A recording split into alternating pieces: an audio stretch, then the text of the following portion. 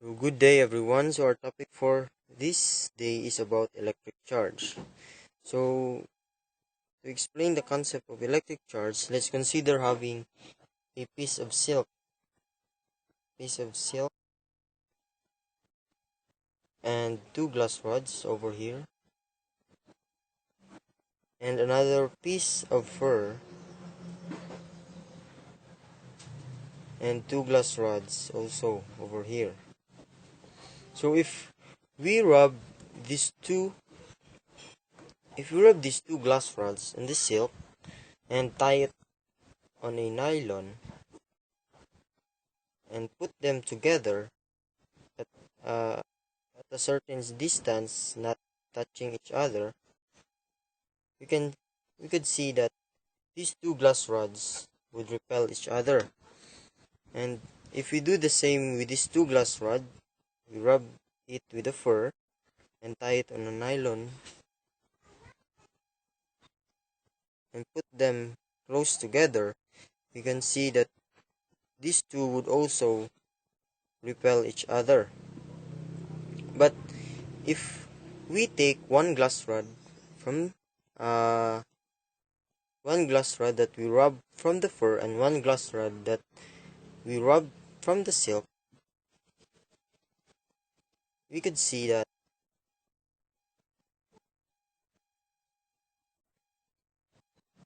these two would be attracted to each other. So the reason behind the attraction and the repulsion of the glass rod, it is because the glass rods acquired a acquired a net electric charge.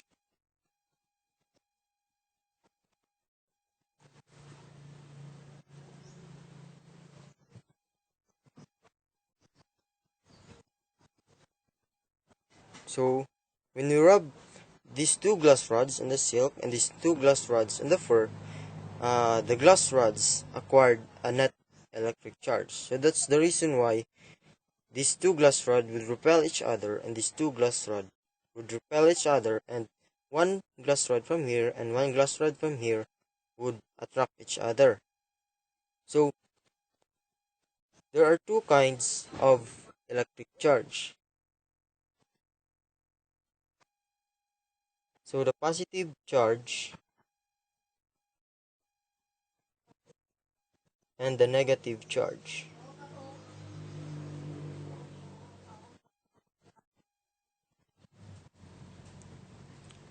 So so uh same charges, we could say that same charges repel repel and opposite charges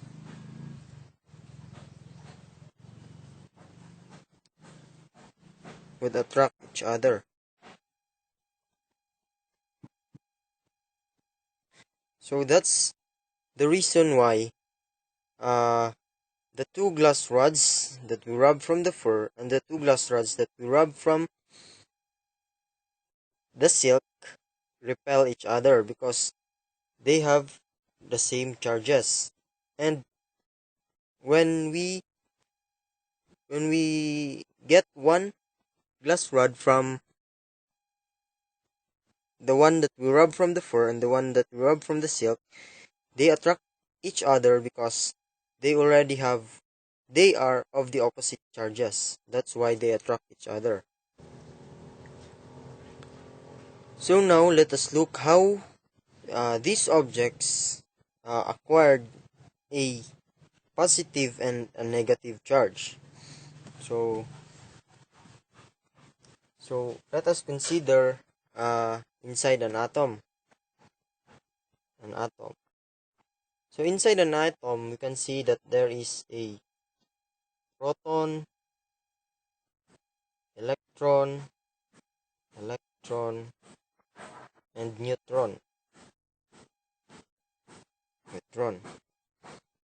So if an atom has a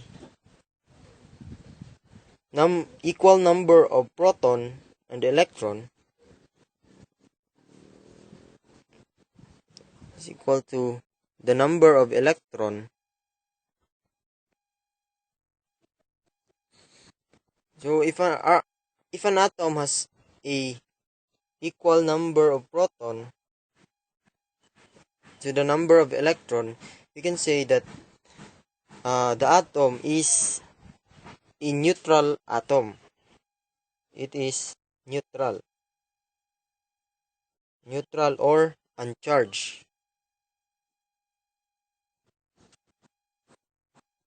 Uncharged. If the number of proton on an atom then would be greater than the number of electron, so the atom is gains.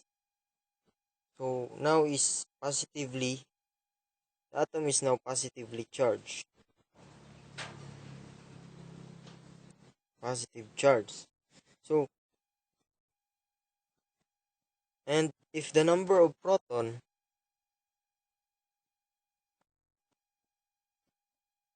is less than the number of electron,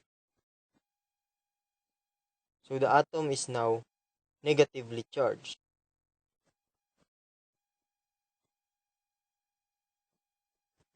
So that's how a atom become positively and negatively charged. So that also happens on a same that also same goes with object. So when we rub those glass rods, they the number of proton and electron does not does not become equal.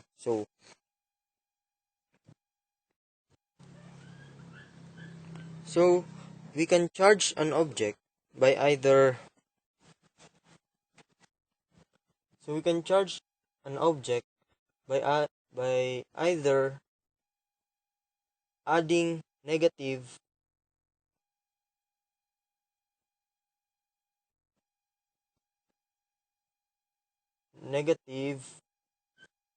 or remove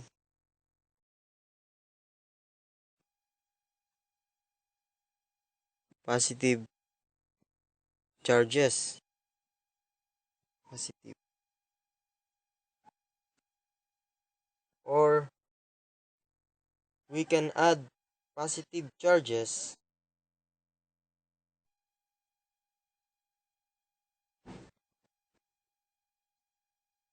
and remove negative charges. So that's how we can charge an object. So dealing with electrical charges, it follows uh, some principle of conservation of charge. So the first principle is that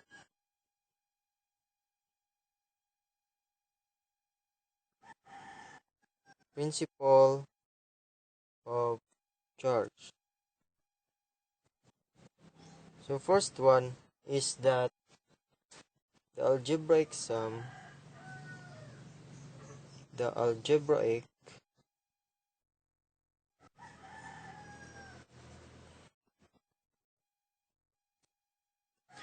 so the first principle is that the algebraic sum of all charges in any closed system is constant. So that means that charges is neither created nor destroyed. So it is just transferred from one body to another.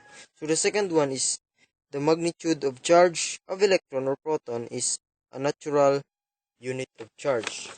So it means that uh, charges are quantized, or Every observable amount of electric charge is always an integer multiple of its uh, basic unit or the smallest unit.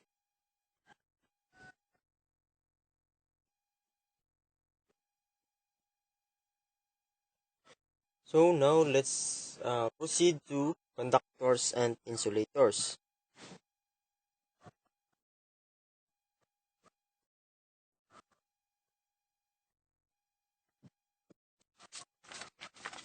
So conductors.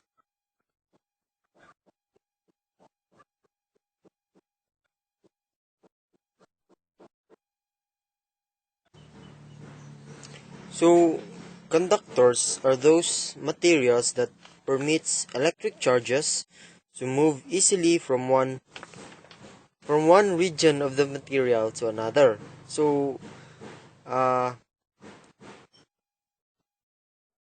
most of conducting materials those are metals, so like copper and aluminum. So those materials are most of the time are the common conductors, while insulators.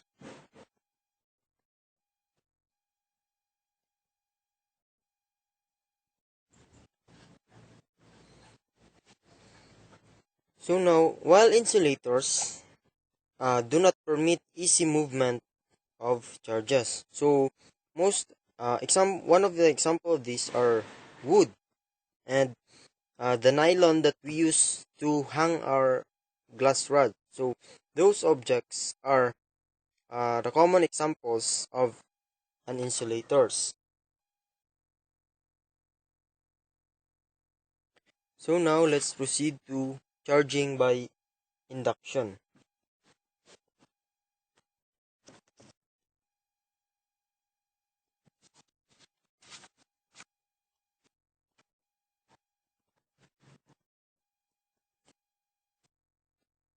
So there are two ways that we can charge a body or an object. First one is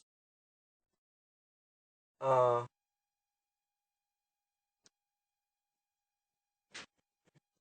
by touching a neutral body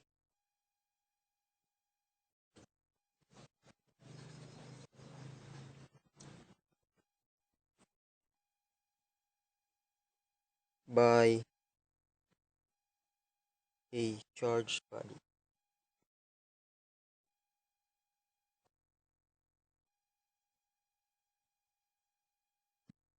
So first way of charging a body is touching it by a charged body. So if if an object is neutrally charged and we touch it with a charged body, so that neutral body would be charged if it touches a charged body. So second one is by induction.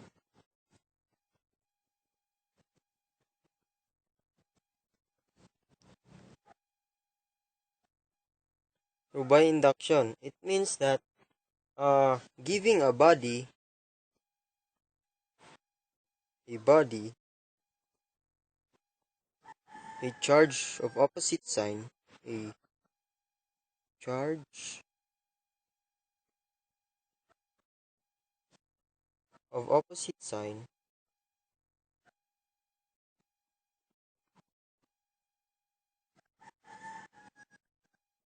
without losing any of its charges, without losing any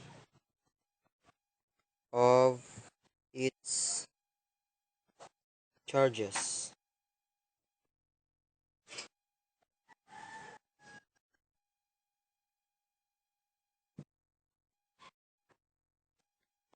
So one common example of this is uh, small pieces of paper and a comb. So if you rub the comb on your hair and put it near on the pieces of paper, the comb will attract the pieces of paper.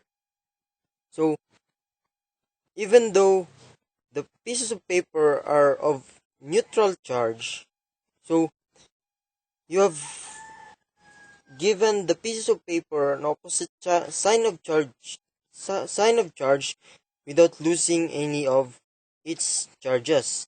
So how this happens? So let us consider an insulator, a ball insulator. So let us consider a metal ball attached to an insulator. So this this metal ball is of neutral charge. So it has of an equal amount of the protons and the electron.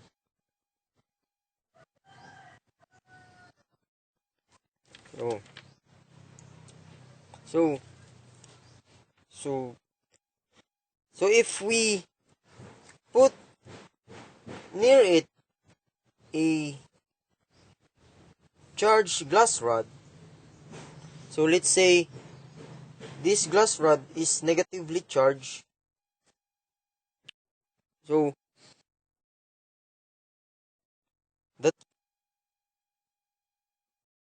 so the negative charges on this metal ball will be repelled by the negative charges on this glass rod. So what happens now is that the negative charges in this metal ball will go on this side, and the positive charges will go on this side. So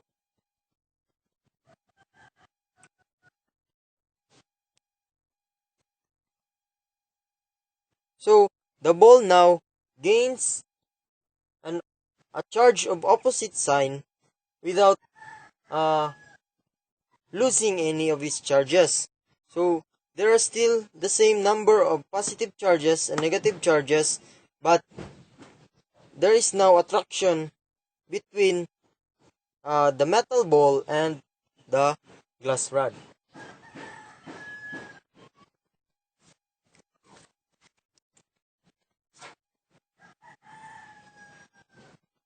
And now let's proceed to the Coulomb's law.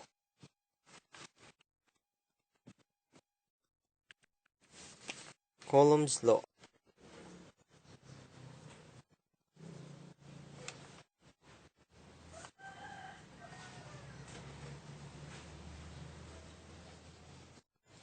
So Coulomb's law is given by the equation F is equals to K Q1 Q2 over R squared.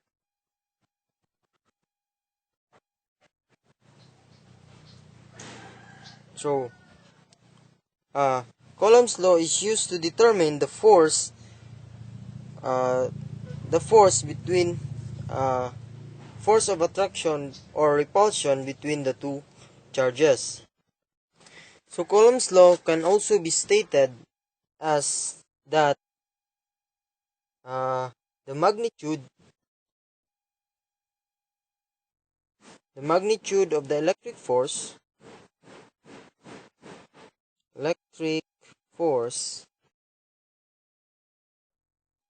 between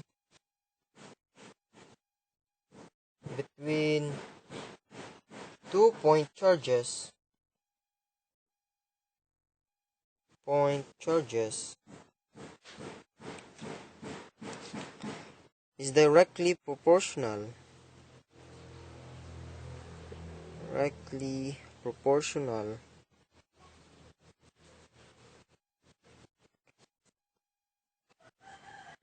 to the product of the charges. to the product of the charges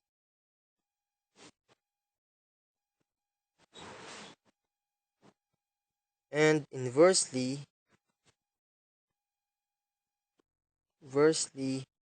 proportional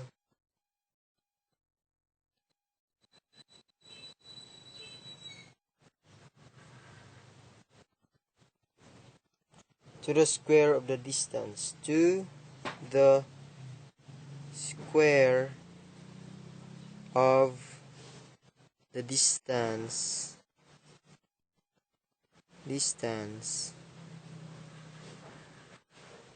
between them.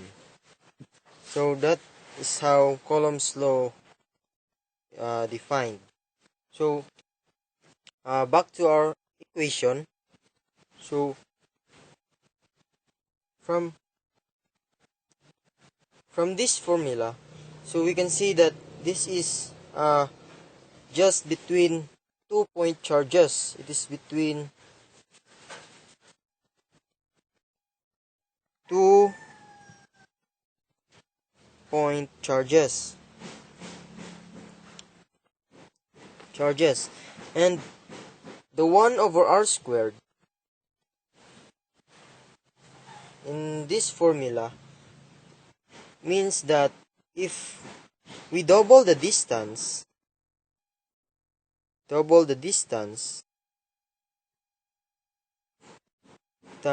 force would reduce to 1/4.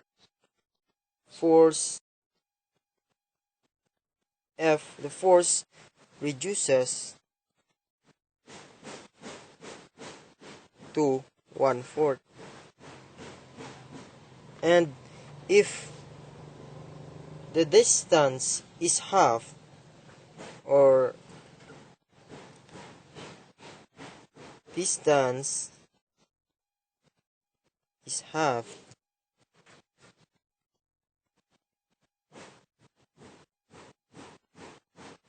so the force also increases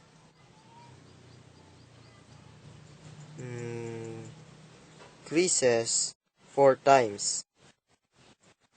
So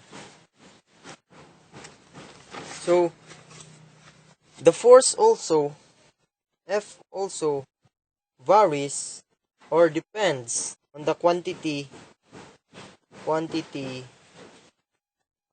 of each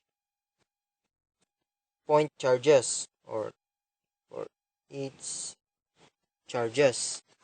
So while the K in our formula is what we call the K is the proportionality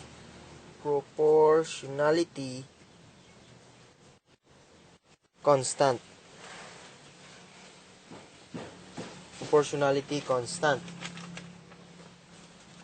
In where it has a numerical value which is equal to 8.98755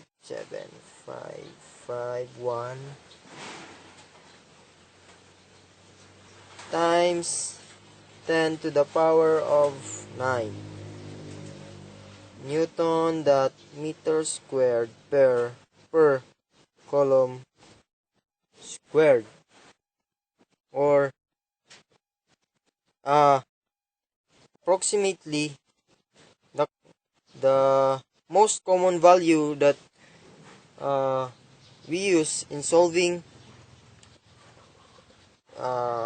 force. The value for K, most common value for K is 9 times 10 to the power of 9 Newton that meter squared per Coulomb squared. So, but oftentimes, when solving Coulomb's law, K is replaced with is K is equivalent with this formula, 1 over 4 pi epsilon naught. So, this is just equal to this, approximately equal to this value. Is 9 times 10 to the power of 9 Newton that meter squared per coulomb squared.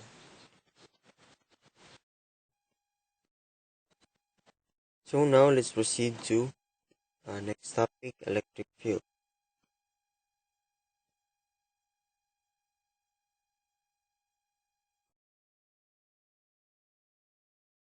Field.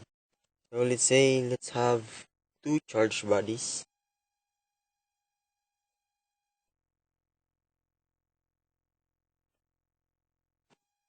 Two charged bodies. So let's say this A and this is B. So let's say as a result of the charge that this body A has, it somehow modifies the properties of space around it. Same with this charge. So as this is Q naught, or this is just charge. So because of its modification of the properties around it, over the space around it, so uh, the response of this charge is to have or to experience this force F naught. So this charge also somehow modifies the space around it, and due to that, this charge will also experience an opposite force, negative F naught. So if we if we remove this charge over here and replace it with a point P, the point P, so we can say that uh, A produces electric field at point P, even if there is no charge located here at point P. So it is due, or it is consequence of the charge that body, this charged body A contains. So if we replace this point P with a charge Q naught,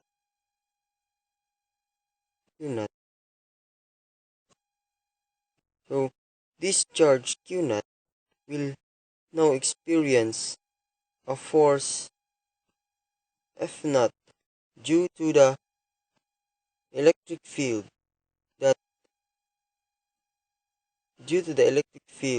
that this charged body A produces. So we can say now that electric force on a charged body is exerted by the electric field created by other charged bodies. So this force F naught is created is due to the electric field that this charged body produces. So to write the equation for electric field, we have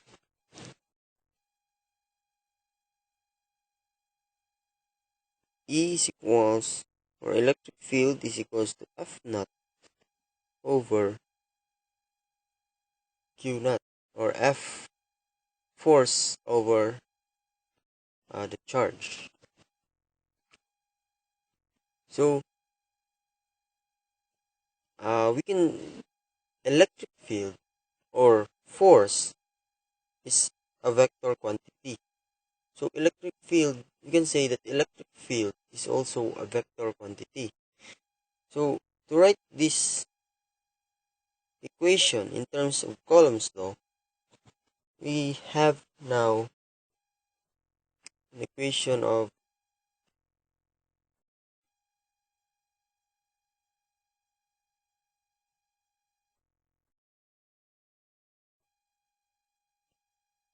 r squared. So we said earlier that this equation, or electric field, is a vector quantity. So to write this equation in a vector equation, that so that we can get the magnitude and the direction of our electric field, we add here a r hat. So r hat r hat is equal to the vector r over r, in where vector r is equal to the displacement vector.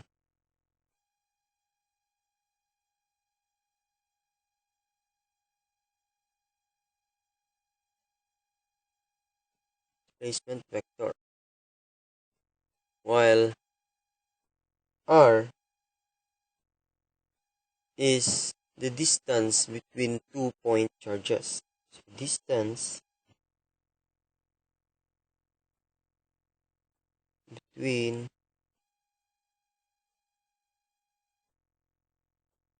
two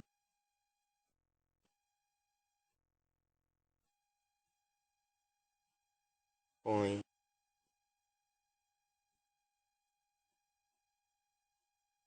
charges. So with this equation now,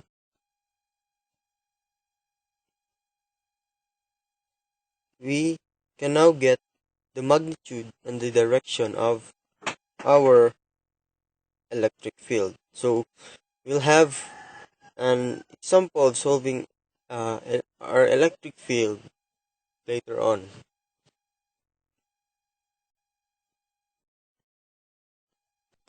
So now let's have electric field lines.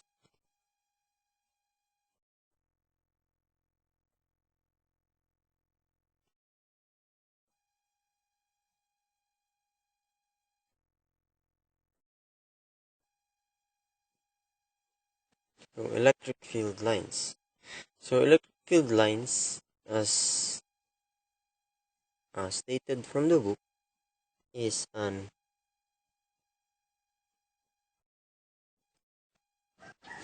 electric field line is an imaginary line or curve drawn through a region in space so that its tangent in any point is in the direction of the electric field vector at that point.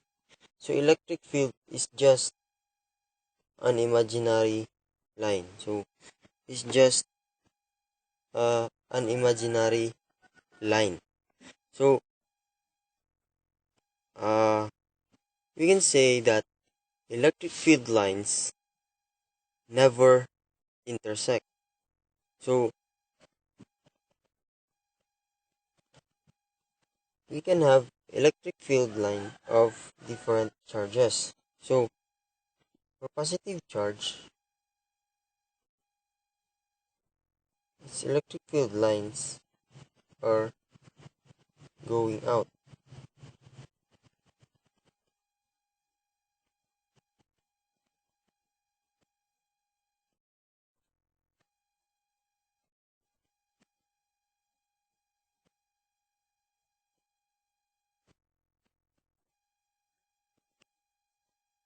So this is the electric field line for a positive charge. So it is going, its direction is away from the charge, going away from the charge.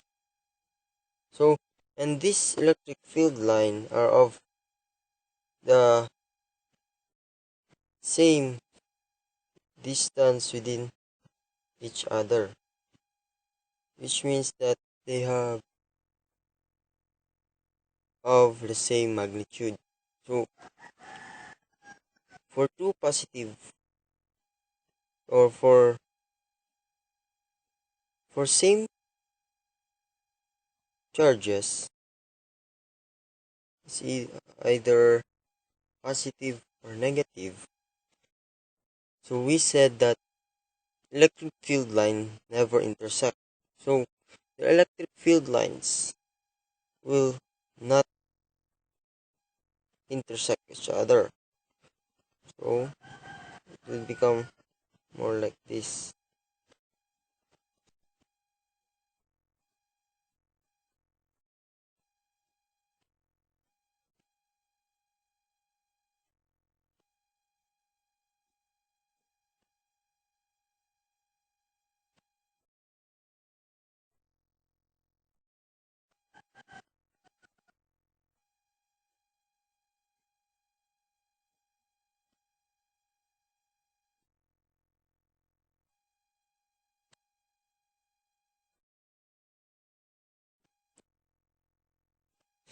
So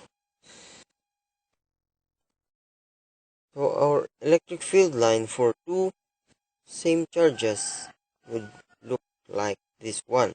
So the electric field lines would never intersect with each other. And on this part, this part here, the electric field lines is stronger. Or the electric,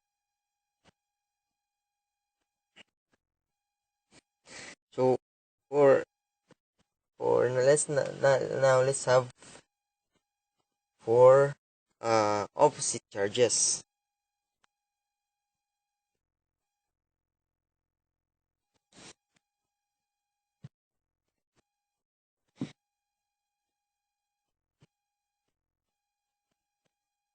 So for opposite charges, it would look like this.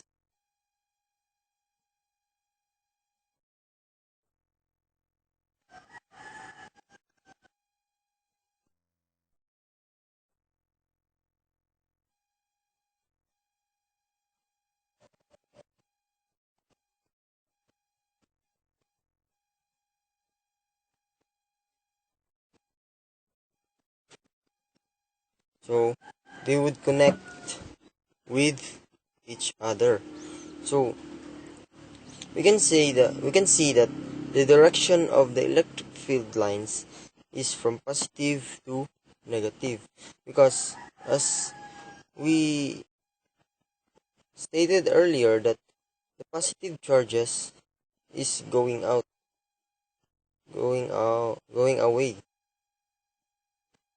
while the negative charge is going towards the charge. So the electric field lines is now from positive charge to the negative charge. So that's how electric field lines work. So now let's have an example for solving electric field.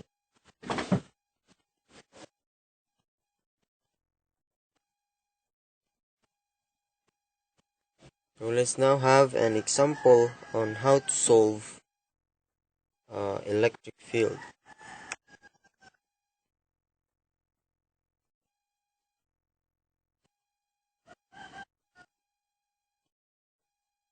So now here's our problem.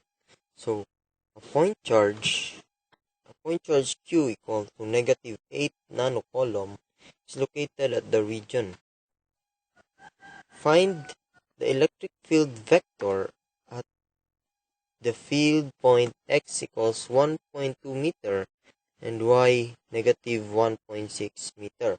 So we are to find the electric field. So to illustrate our problem, let's have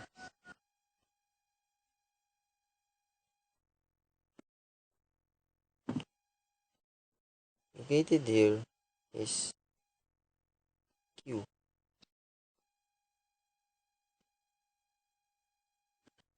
Column. And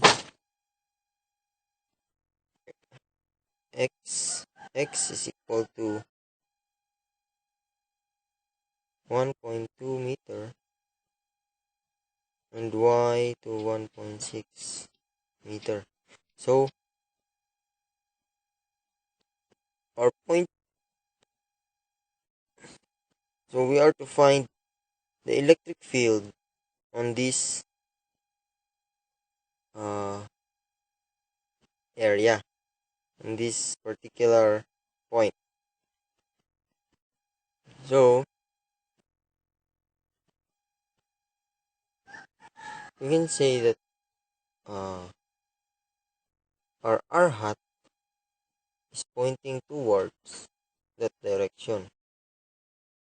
So we can use that later to solve our problem. So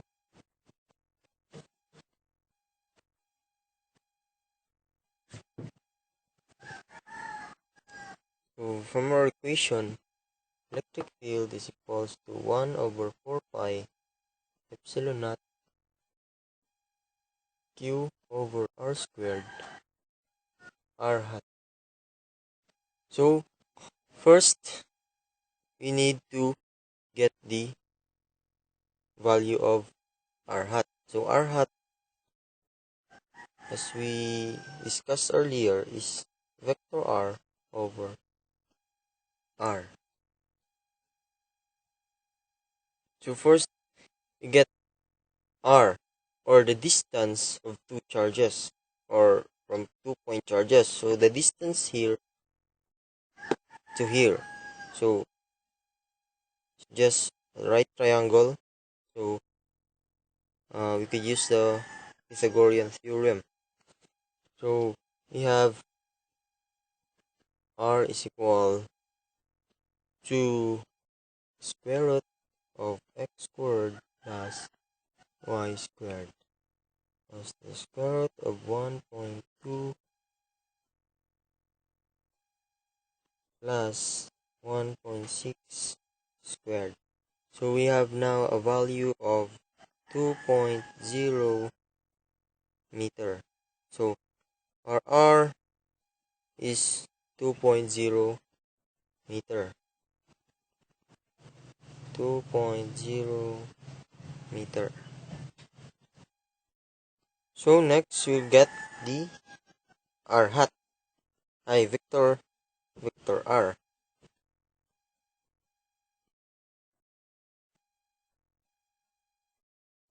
So we said earlier that vector r is a displacement vector. So vector r is equal to x I hat plus y j hat. So it is just equal to 1.2 I hat plus 1.6 j hat.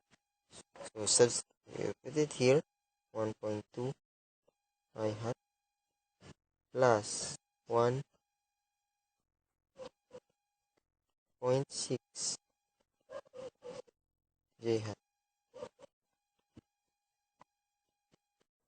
So divide this, we now have a 0.6 I hat minus, oh sorry, this should be minus 0.8 j hat. So we now have our r hat, which is 0.6 I hat minus 0.8 J hat.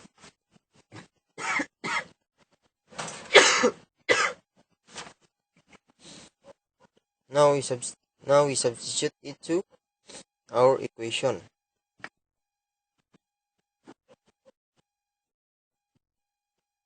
So we now have E is equals to, so this value is approximately equal to 9 times 10 to the power of 9 Newton that meter squared per coulomb squared,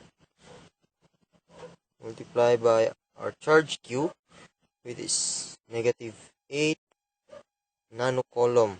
So we convert it to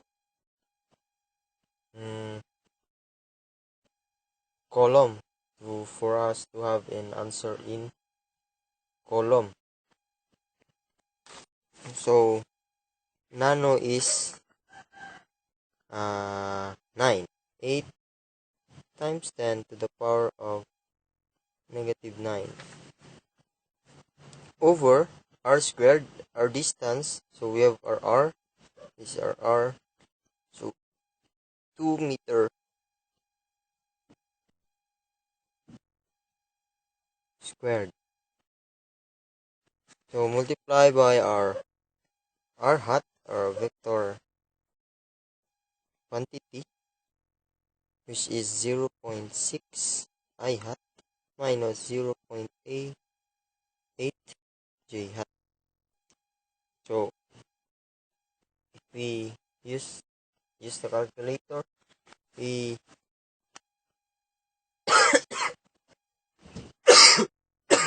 can now have the answer of negative 11 Newton per coulomb plus 14 Newton per coulomb. This is I hat, J hat.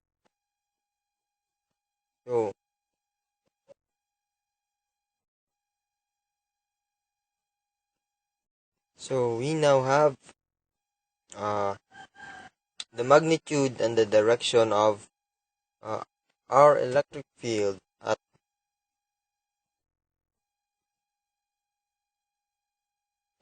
this point P, as we illustrate earlier.